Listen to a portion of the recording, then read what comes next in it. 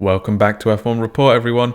We've once again enjoyed everything Imola has to offer for the first time in 14 years. I don't know about you guys, but it was a major nostalgia trip for me and I loved every minute of it. Let's have our usual look over the events of the weekend, starting quickly with qualifying, before moving on to our race results and main talking points of the race, before finishing with how my driver and team to watch got on. So, how did the team shape up during qualifying? Let's take a look. We had Bottas on pole, doing exactly what he needed to do to stay in the championship hunt. His teammate was right behind him, however, making Mercedes front row lockout once again. Verstappen took up his usual third place. Gasly was a surprise package in fourth. Ricciardo took fifth. Sixth was Albon. Seventh Leclerc. And eighth was Kvyat, rounding out a great day for AlphaTauri. Ninth was Norris, and rounding out the top 10 was his teammate Sainz. Out in Q2 in 11th was Perez, kicking off a disappointing session for Racing Point. 12th was Ocon, 13th was Russell, Vettel in 14th, and Stroll rounding out Q2 in 15th. Out in Q3 we had Grosjean in 16th, Magnussen in 17th, Raikkonen in 18th, Latifi in 19th, and finally Giovinazzi in 20th. So, how did those qualifying positions shape the race? Let's take a look at the results. Our race winner is Hamilton, and he drove superbly throughout, and Mercedes really nailed the strategy with him. He also picked up the fastest lap, which helps his points tally of course. Bottas, who drove a heavily damaged car for the majority of the race, came home in second, meaning that Mercedes are the 2020 Constructors World Champions. So congratulations to them, that's fantastic.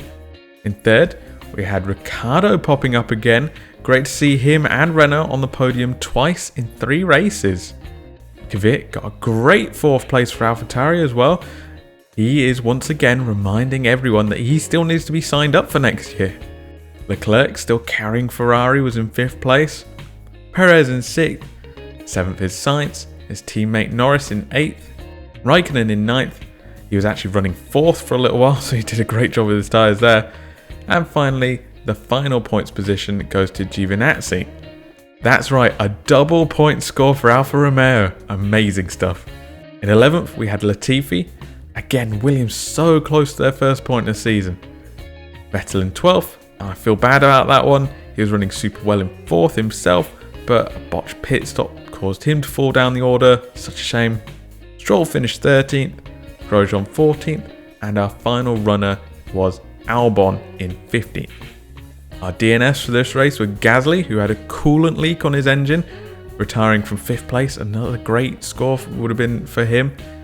Ocon then went out with a clutch problem. Magnussen also retired with a headache caused by his upshifts. That must have really hurt, man. Whew, don't want to feel that. Verstappen then had a tyre failure towards the end. And finally Russell, who shunted into the barrier behind the safety car whilst he was trying to keep his tyres warm. So that's your race results, but what about the main talking points? First off, I have to say a massive congratulations to Mercedes for becoming the Constructors' Champions for the 7th year in a row. They absolutely dominated once again, and they took a deserved win again this year. The fact they haven't got complacent in their winning is the biggest thing for me. They don't just expect to win each race, they still try and make it happen, even after dominating for so long. That mentality is so impressive to me. In the race itself, there were a few incidents on lap 1. Most notably was Stroll making contact with Ocon. This caused Stroll to lose part of his wing, and he needed to pit, dropping him to the back of the grid. The piece of wing that was left on the track then got run over by Bottas on the next lap, causing damage to his floor, and apparently it was still trapped underneath the car at the end of the race. It hampered him throughout. Magnussen and Vettel also made contact on lap 1, although not a lot was made of that, I believe. I didn't see any replays or anything of it. This also sent Magnussen to the back of the grid, but Vettel just carried on where he was. From that point on, it was actually pretty quiet out on track. There were, however, a few strategy situations being played out. Some cars were stopping as early as lap 15 and going onto the hard tyres with a view of running to the end. and others managed to get their starting mediums to really last. Credit to Raikkonen especially for going nearly 40 laps on his starting mediums without stopping. I think Vettel and Hamilton were the other standouts as well. The race result really got flipped on its head though when Ocon retired. A virtual safety car was deployed for a really short period, but at this point, Bottas and Verstappen had already stopped. They were second and third at that point, but Hamilton was out in front because he hadn't stopped. This gave him the perfect cheap pit stop situation because he made his tyres last, and after that he came out back into first and he never looked like losing it. There was only one other big results changing event, and that was from the safety car caused by Verstappen's tyre failure. With it so late on in the race, some teams elected to leave their drivers out, benefiting from track position. This was, the likes of Ricciardo, Leclerc and Albon, but others decided to pit to get fresh softs, go faster for the end of the race. So this was like Perez and Kvyat. Perez would have been in that third place vacated by Verstappen if he didn't pit, but because he did, it promoted Ricciardo, who managed to hold on to the end of the race, as we know. But the driver who really benefited from pitting for new soft tyres was actually Kvyat. He went on a late charge and actually got close to taking Ricciardo at one stage. It was a thrilling final few laps. Just a final few words for a few individual drivers out there. Firstly, Vettel. He's had a terrible season so far, but he was finally stringing a good race together, pitting from 4th place after making his tyres last. But then not one, but 2 of his tyres got botched on his pit stop, dropping him out of the points completely. That was a real shame to see. Russell is another man to get my sympathy. I said last time out I could see Russell getting Williams a point soon, and it really should have happened in this race. He was running in 10th ahead of both Alphas, which finished 9th and 10th, before slamming into the barriers behind the safety car while trying to warm up his tyres. That's got to be so gutting for him, his team and any fans of Williams.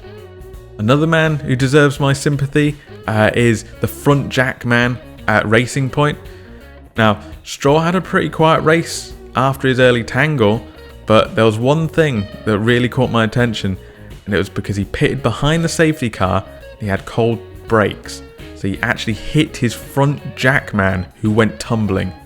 The front jack man did get up to his credit and was helped away by his team to the medics, but I was somewhat frustrated with the broadcast team that they never told us how he was doing. I really hope he's alright because that looked like a significant shunt. Now you may have noticed I missed out one potential talking point for a specific driver. That's because he was actually my driver to watch. So let's cover that now, shall we? My driver to watch this week was Alex Albon. The reason for this being that I thought he'd either make or break his case for the Red Bull seat next season. And for the majority of the race he was just okay. Stuck behind a Ferrari that really should have had the pace to get past, but he was keeping his nose clean. Red Bull decided not to pit him on the safety car brought out by Verstappen's tyre failure, which gave him great track position along with Leclerc and Ricciardo. However, that's where things went wrong for him. He spun on his own accord whilst fighting them and the guys behind on new tyres. A real shame for the guy, but I do think we have our answer surrounding next season now because of that result, sadly. In brighter news, my team to watch was Renault, and while Ocon did have that clutch problem, Ricciardo had another great finish. I didn't think he was anything special during the race, honestly, but he just held things steady and he was doing his best, and the team used good strategy to maximise the points, which ended up in a great result for them. So where are we heading off to next? Well, we get some time off next week before our final European race of the season in Turkey on November 15th. Not only is this a driver and fan favourite from years gone by, but it's also the location where Hamilton can win the driver's title for the first time this year. If things go his way, of course. So, really exciting stuff. I'll of course bring you all of the news and some interesting tidbits between now and then, so don't forget to subscribe if you want to see those. What did you guys think of the race? Did you get a good trip out of seeing Imola again like I did?